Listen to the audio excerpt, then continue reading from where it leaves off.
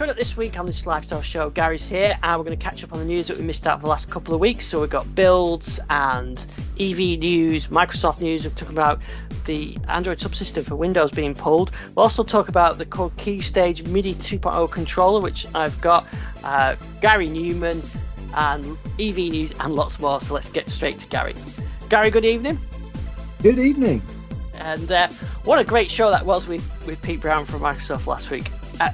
Really positive feedback from that one. Really, some great comments. A lot of people watched the video over that one compared to normally most people go with audio, but I think a lot of people wanted to see Pete's demos, so that was great. But the great thing is Pete's so passionate about it. You can see he really wants to do the best for the community as well. It's not just about being a dev at Microsoft. He really wants it to Windows to have the best available MIDI stack, which is really good to see, isn't it? So yeah, we really enjoyed that. So I mentioned to Pete we'll try and get him back on actually at some point in the future, because he has got a great section of articles which I mentioned last week about how to build a Windows computer, things you shouldn't do and the things that you might hear about doing that you probably shouldn't do, and that kind of thing. So I'll see if I can get Pete to talk about that on a future show. And if anybody else has anybody got any suggestions for guests you'd like to hear on the show, see on the show, let us know, and we'll try and fit them in. We've got one coming up next week, and we've got a few different ones coming up. Right, so we've got a few interesting things actually for this week. In fact, one of the things I just remembered that Pete talked about optimizing your PCs. Did you see this week that you can now uninstall OneDrive from Windows, which apparently you couldn't do before? You couldn't, no. It was onboarded as part of Windows before, so yeah. Yeah. I wasn't sure how much that was a case of Microsoft trying to be flexible, or how much they've been forced to do that by legislation. Yeah, I think that's probably more like it's one of those EU type bundling things that and Justice Department bundling things, but it does make it so it's possible if you've got maybe a gaming machine or something, or a workstation that's doing certain performance jobs, you can probably get rid of it, because it does take some resources. But having said that, I find it immensely useful. I have OneDrive on every machine. Work machines are OneDrived up for the work one, and personal ones are, and I've got, I save a file over here on my music computer, and it's here on this Surface, or vice versa. And I use it, like I mentioned a while ago, I use it for recording all my music projects are in OneDrive. So if the computer goes bum, then I could then another computer can take over, and all those files are still there. I use it for all my Camtasia video files, because the big files, and you don't always want them on your machine, do you? So you can move them and free the space up. So I find OneDrive immensely useful. I have since the very first of it, when it used to be Windows Live Mesh. I still remember how useful that is, and I've got it on my phones and everything else. So yeah, I wouldn't recommend uninstall it, but if you've got a specific use case where you do want to get rid of it now, you can. Now, one thing that Microsoft are getting rid of, which I think is a real shame, is the Android subsystem for Windows.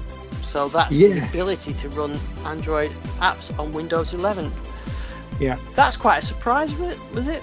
It is a surprise, and I mean, I know there's been a lot of consternation in the dev community about this, because quite a few people are using that subsystem to emulate Android devices for testing. I mean, the fact it's going away seems to be really suddenly announced. It doesn't seem to be much notice on it at all. I mean, March 5th, it's gone, and there's no sort of fallback on what emulators are going to be available for Android going forward, because some reliance have been on that as well. Yeah, very, very odd. Yeah. So March 5th, 2025. I got an email from Amazon, from the Amazon App Store, saying that they're removing support as well. I never used it through the Amazon, because I always found it was fairly there was nothing there to see. But I got it from APK Mirror. I would go on and get the Arlo cameras. That's the one I use the most, actually, Arlo Secure. and I would load that up on my machine if I wanted to check the cameras. And I think I also had a Hive app, which I think I've got quite a few actually that I've installed. I don't really use them very often. Perhaps that's the issue from a non-developer. Do you think that other than developers, do you think there was not enough people using it? Yeah, and it's interesting that so just to clarify, because this March the 5th date is actually when the App Store closes. The Amazon App Store won't be available. So if you've installed anything before that, you can use it all the way up to March the 5th, 2025, but you won't be able to install anything after that.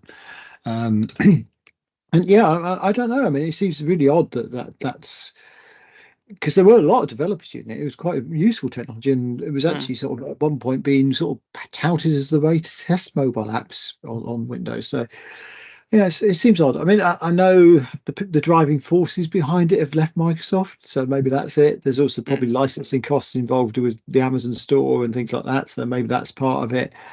But yeah, it's definitely it's a shame because it was good. I mean, I know it's quite resource heavy. Maybe it was difficult to support, but you didn't have to have it installed.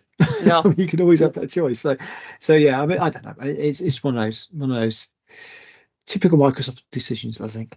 Yeah, and like if you're a developer, I mean, if you say the Android development kit that you're running on your PC and you're doing Android apps, how do you currently test them? Is there an emulator within that development kit? Well, for the Android development kit, you can use the Android emulator, although that's never particularly good on Windows. And a lot of people were using the subsystem because it actually made it for a particularly easy way to do development.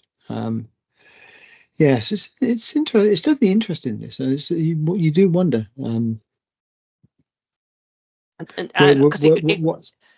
It's kind of spurred. It kind of spurred off from the Linux subsystem, didn't it? It did, yeah. That was the bit I was going to come to. You wonder what the future for the Linux subsystem is, and if that went away, that would be making a lot of people unhappy because a lot of people using it, particularly in the smart home world. The Linux subsystem is used an awful lot. Yeah, very interesting. Yeah, it's maybe we'll hear more about Microsoft's plans for Windows platforms and things at Build. When's Build? Is it May this year? May, I believe. I haven't actually seen them. Let me see if I can dig out the date while we're talking. Yeah, so I think maybe we'll hear more from Microsoft then. But it just seemed that Windows was a pretty good platform. You could run Linux and Android apps and Windows apps on one platform. Yeah. It seemed to make sense. But yeah, but Build's May 21st. Yeah, so maybe we'll hear more about the future plans there. But I guess it got a lot of it boils down to the developers are a small subset of users. Nobody used it in a commercial sense. No, I doubt very many people were going through to the Amazon store to get it. If it had the Google Play Store, then that would be different. But it doesn't. And that does require different licensing and costs for that, won't it? To get it certified as a Google Play device, and they have to implement all the APIs for all the Google Play APIs. Then, yeah, it's a shame. So maybe at Build it we'll find out more about it. It may be, and I think perhaps a lot of Windows focuses on enterprise stuff. Linux enterprise makes sense. Linux, Windows, and enterprise Android maybe makes less sense. It's more of a consumer function, and as we know, the consumer stuff seems to be whittled away now. So it's if enterprise use it, then maybe that there is some hope for the Linux subsystem, because that's a very different use case, isn't it? It is, yeah. Yeah. Anyway, it's a shame, but yeah, there it is. So maybe we'll find out more at one of the future dev events. They're starting to come up now, aren't they? So we'll find out more.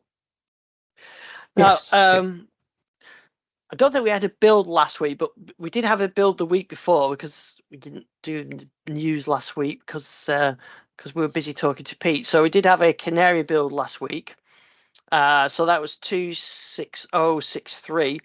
And actually, there's a few interesting things on that. It's got Wi-Fi 7 support. I think we talked about Wi-Fi 7 a while ago, but yeah, it's got Wi-Fi 7 support. So I think you were saying that it's quite expensive, the Wi-Fi 7 type things. Yes, it is. Yeah. So interesting. It has got that in there. I mean, I think it'll come down in price. Like Wi-Fi 6 started off incredibly expensive, and then getting has come down. So I think Wi-Fi 7 will definitely get cheaper. The rest And of to the stuff be was fair, fairly stuff I've always, yeah, I was going to say, to be fair, Microsoft have always been really good at getting ahead of the game on Wi-Fi standards and network standards. Yeah, that's true. Yeah, more devices to buy, more home routers to buy. Yeah. It's interesting talking about that as well.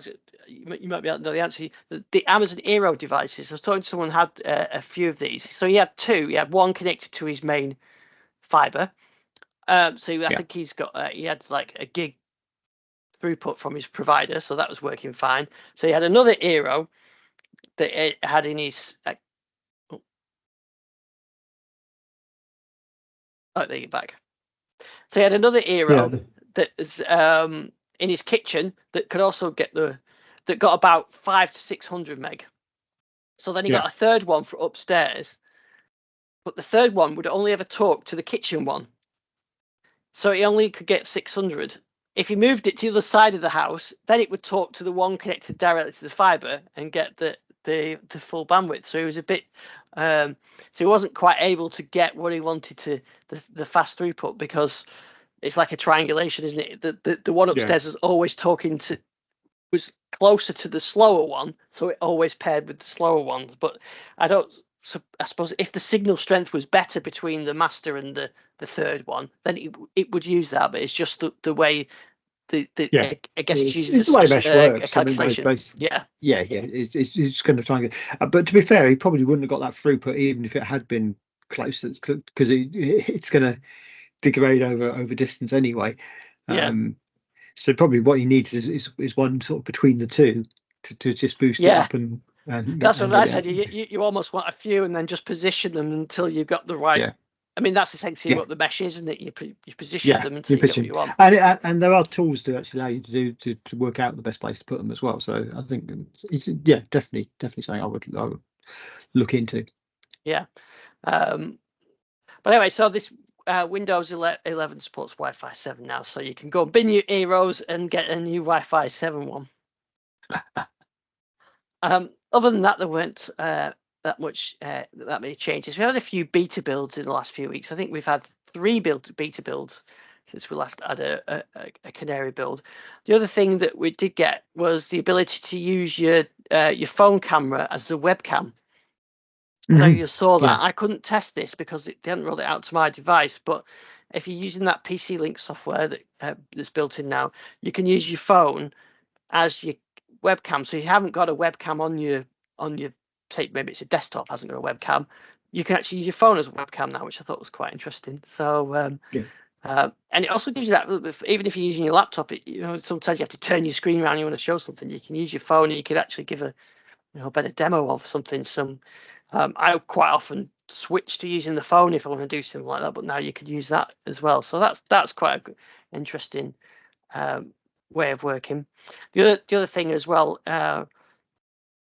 the AI features that the Windows Photos app has had recently, that's now come to ARM64 and Windows 10 devices as well. So they're rolling those out to multiple devices. So there's some useful stuff like background removal and that kind of thing coming out in those as well. So yeah, quite a bit coming to Windows. We're still we don't know. We still know that we know that now it's 24H2 is the update that's coming out. We don't know if there's going to be anything super exciting coming out in later this year, but yeah, we'll see. Right now, I've got some music tech stuff, but I want to switch gears now because we haven't talked EV for a while. And you got some news of a cheaper EV starting to hit the market. Well, a very much cheaper EV. So this is what people used to pronounce as Dacia, but it's actually really pronounced Dacia. I always thought it was Dacia. Dacia, but Dacia is apparently the real pronunciation. But anyway, whatever you want to call it, with Dacia, Dacia, which are part of the Renault group, I believe. Yeah. So they are about to launch in the UK a car which is £12,000 cheaper than the cheapest four-wheel EV out there. So it's going to start at £15,000, which you think, how have they done that? It's quite a small car. It's not going to be absolutely massive range because it's got a tiny battery in it. I'm trying to remember the size of the battery. I did look this up before we started on this. So it's got a 26.8 kilowatt hour battery, which is small, but somehow they're actually getting 137 miles out of that, which is actually pretty good. So and for the type of car it is, because it's very much a small city type car, that actually makes an awful lot of sense, because most people drive, well, the average person in Europe drives around about 23 miles a day, and obviously there's going to be times you want to go over that. So the other thing about that is that you're going to be able to travel at a slower speed if you're in town. And they reckon that if you're in stop traffic and you're going around about the average speed in most European cities of around 23 miles an hour, you'll actually get about 186 miles out of it.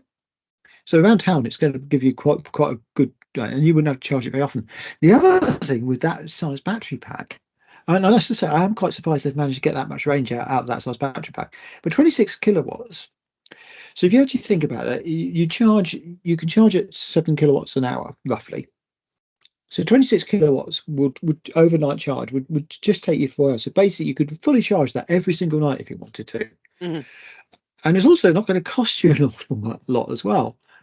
So if you were on one of the cheap rates overnight, so let's say one of the more expensive cheap rates overnight, so let's say a 10p per kilowatt hour, you're still talking about £2.68 for a full charge, which is going to take you 130 to 180 miles. It seems that's pretty good for a city car. And 0 to 60 speeds isn't brilliant.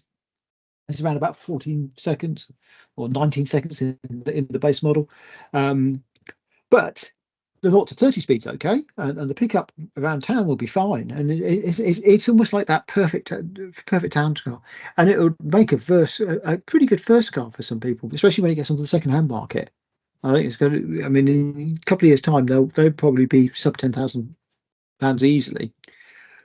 I think this is really an interesting change to the market.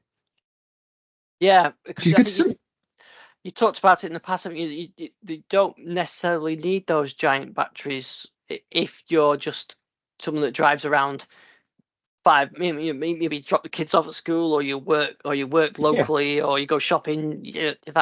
I'm different because I drive 50 miles a day, so that's no good. But it's I think it makes sense, that, doesn't it? Lighter weight, smaller battery, more efficient. Yeah, and I mean, what they're saying is that you could actually charge it fully, even on a 3-pin plug, in 11 hours. They what they don't say is I think they've actually set it as a 30 kilowatt fast charger, which I think is a little bit disappointing. If it had a 50 kilowatt charger on it, you'd be able to actually charge that in half an hour. What they're saying is it basically take 45 minutes on a 30 kilowatt DC charger. But I don't think the aim of this car is you charge it out and about. The idea is you charge it at home. And I mean, it's a 5-door. It's basically a 5-door Super Mini. Yeah. So it's no frills, but it makes sense for some people. Yeah, and it's great. I think it looks like actually looks quite good. It's got a reasonable amount of styling. You can see some of the Renault style styling in there. Yes, it looks quite a reasonable vehicle. Anyway, you'd be able to get two of these for the price of some EVs. Well, you more than two for some. If you get some of the big EVs, you get 3. Yeah. You can, when one runs out of charge, you pick the other one up. There's always that, yeah. Yeah. Yeah. So the other thing, just to sort of say, and I'm not sure if this will be there, but at the end of the month, in London, it's the first London incarnation of what was the Fully Charged live show. So we've mentioned many a time on the show the Fully Charged live show.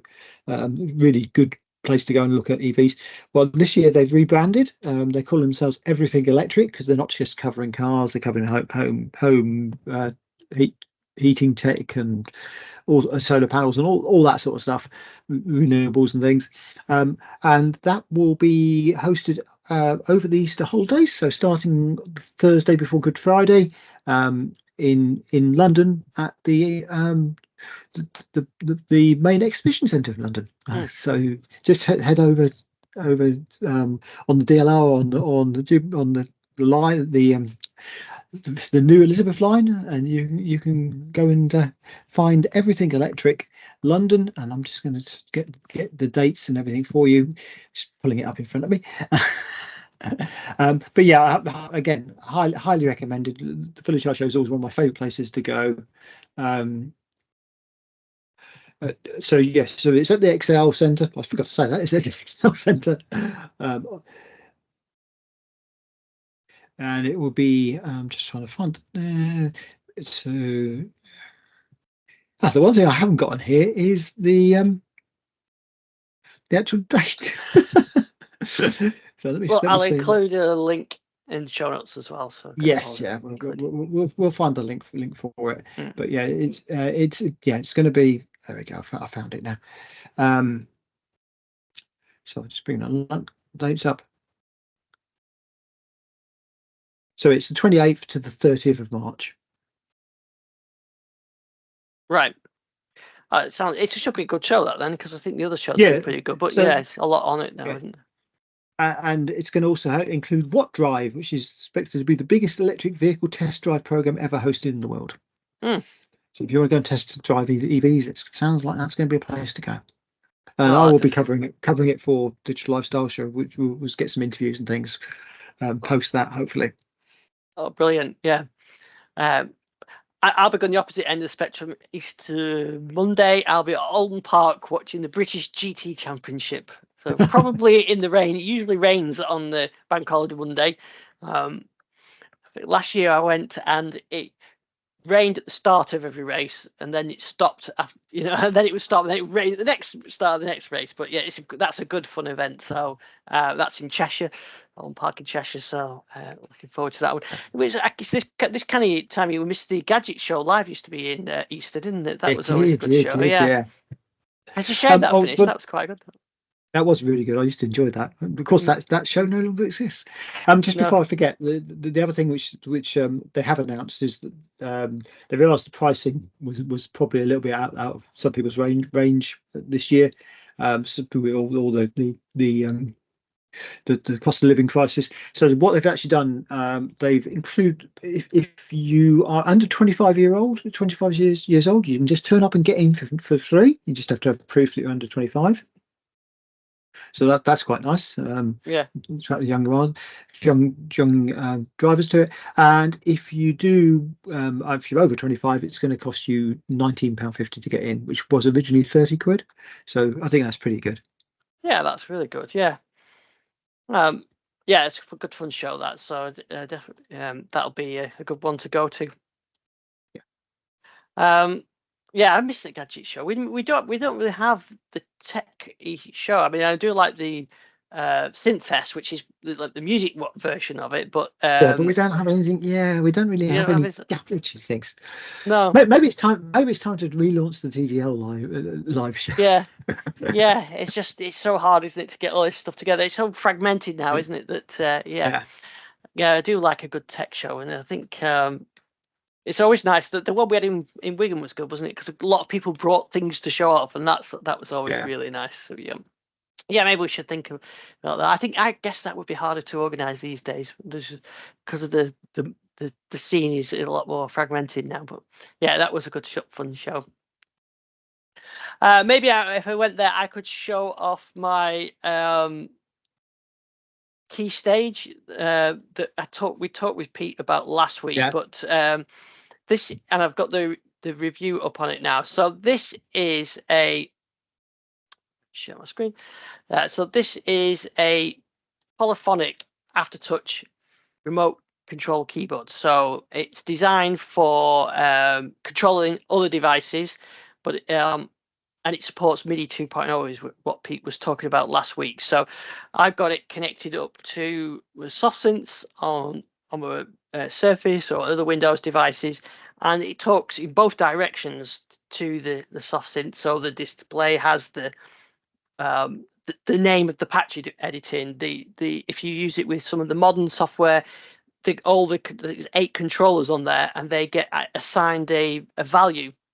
So you can actually see it on the screen rather than it just being a number. So if you've got one of the older ones, they have something called CC numbers, which control numbers. So CC27 controls amplitude, the filter or something, the filter cutoff or something like that. Whereas if you got one of the modern ones with this keyboard, it displays them all on the screen. So it's the controller becomes multi-purpose then, and you can use it for multiple devices. So I just posted my review of that. I've got a bit of an unboxing and a review and the first look at it, and I've also got a tip and a separate video actually how to customize it to work with your soft synths. But it actually works pretty well as transport control, so you can play and stop.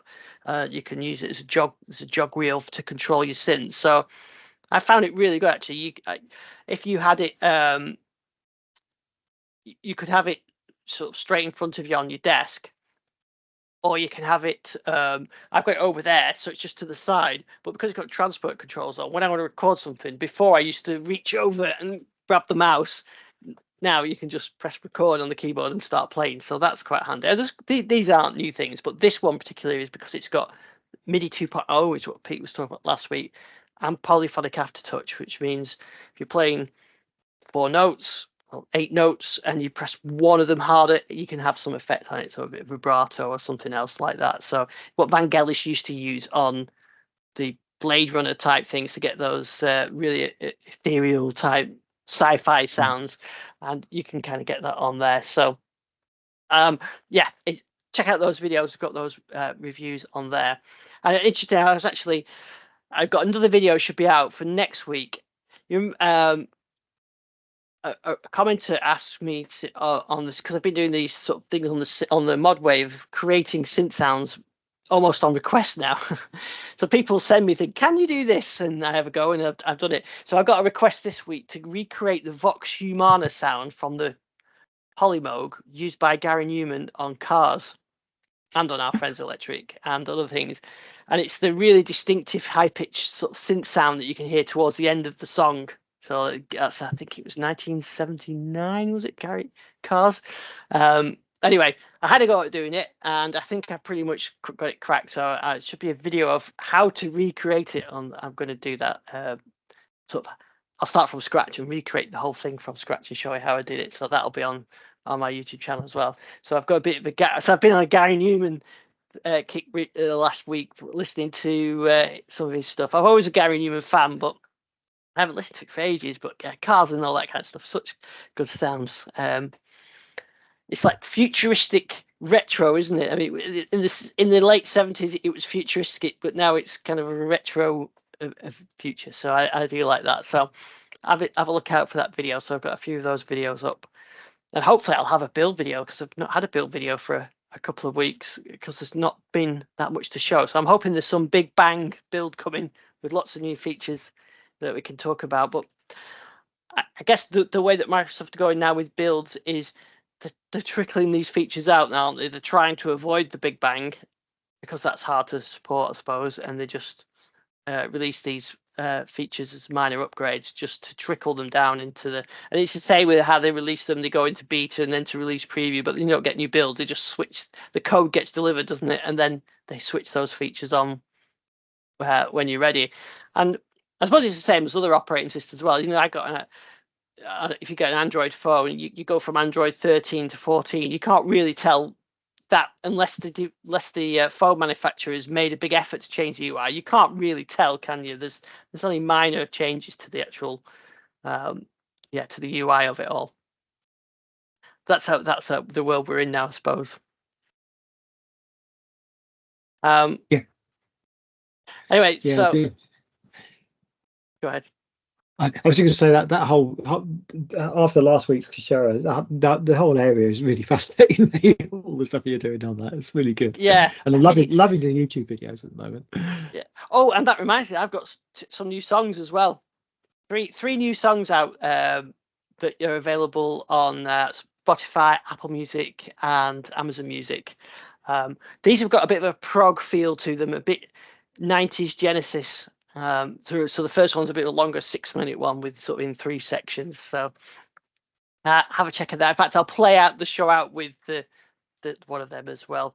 So you can have a listen to that. But yeah, so I'm having some fun with doing the videos with that stuff. So the older tech, like the TX7 being used with the newer stuff like this controller, and what Pete was saying last week, with Windows you can make these things work well together. So I'm looking forward to seeing that in the box really, and start making use of that. So it'd be interesting how developers take that stack one and use it for themselves as well. Right, what else do we have for this week's show? I think that was everything I had for this week's show. I don't know if you had anything else. Nothing specific. I mean, obviously, there's lots going on in the EV world at the moment. With so one thing I would say is that there's some absolute bargains out there to be had at the moment. So there's 2 things going on really. Basically, the new quotas that the companies have got to fulfil every year have come into effect. So they've got to sell a certain number of EVs a year, and that is forcing companies to deep discount some EVs. I've seen £10,000-15,000 off the list price of some EVs just to get past them. And there's some absolutely incredible deals on the Volkswagen ID Buzz camper van type it's not actually a camper van, but you can convert it before and after Christmas to try and get the numbers out there, and sort of sub £300 a month purchasing options. And also it's also the price of second-hand EVs has really fallen in recent months, partly because the top prices are coming down, which obviously always has an effect on residuals, but also because of some of the negative press around EVs. So that's actually been an advantage, and there's some crazy prices out there at the moment. You can buy something like a 5-year-old I-Pace for less than £20,000. And they're good cars at that price. I mean, the batteries are a lot. I mean, there has been some negative publicity around the I-Pace in the last couple of days. There's some problems with early battery packs, and JLR are actually sorting out, but they are sorting it out, and they've actually said it'll be all fixed under warranty. So, right, yeah. It's good that that's happening. Yeah. So yeah, that's all I think I can think of the else to say. Excellent. Well, like I said, we've got an interesting topic next week to do with wavetables. I thought it'd be interesting because it has the music tech stuff, but it also goes a bit to retro computing, because it's when the days when memory was tight and expensive on computers, we kind of take it for granted now, don't we? We've got gigabytes of this and terabytes cloud storage, but back in the 80s, things weren't exactly that simple. So we're talking a bit about that, but we'll also have we should have some news of builds and EV news as well. So we'll cram all that into next week's show. So Gary, where can we find you? You can find me at Gary WMA on Twitters and X's or whatever they call themselves this week, all the other social media, and also the EV owner channel on YouTube. Excellent. Well, make sure you check out that. So I'm going to play out now with a new song from my little prog collection, and we'll see you next week. Cheers.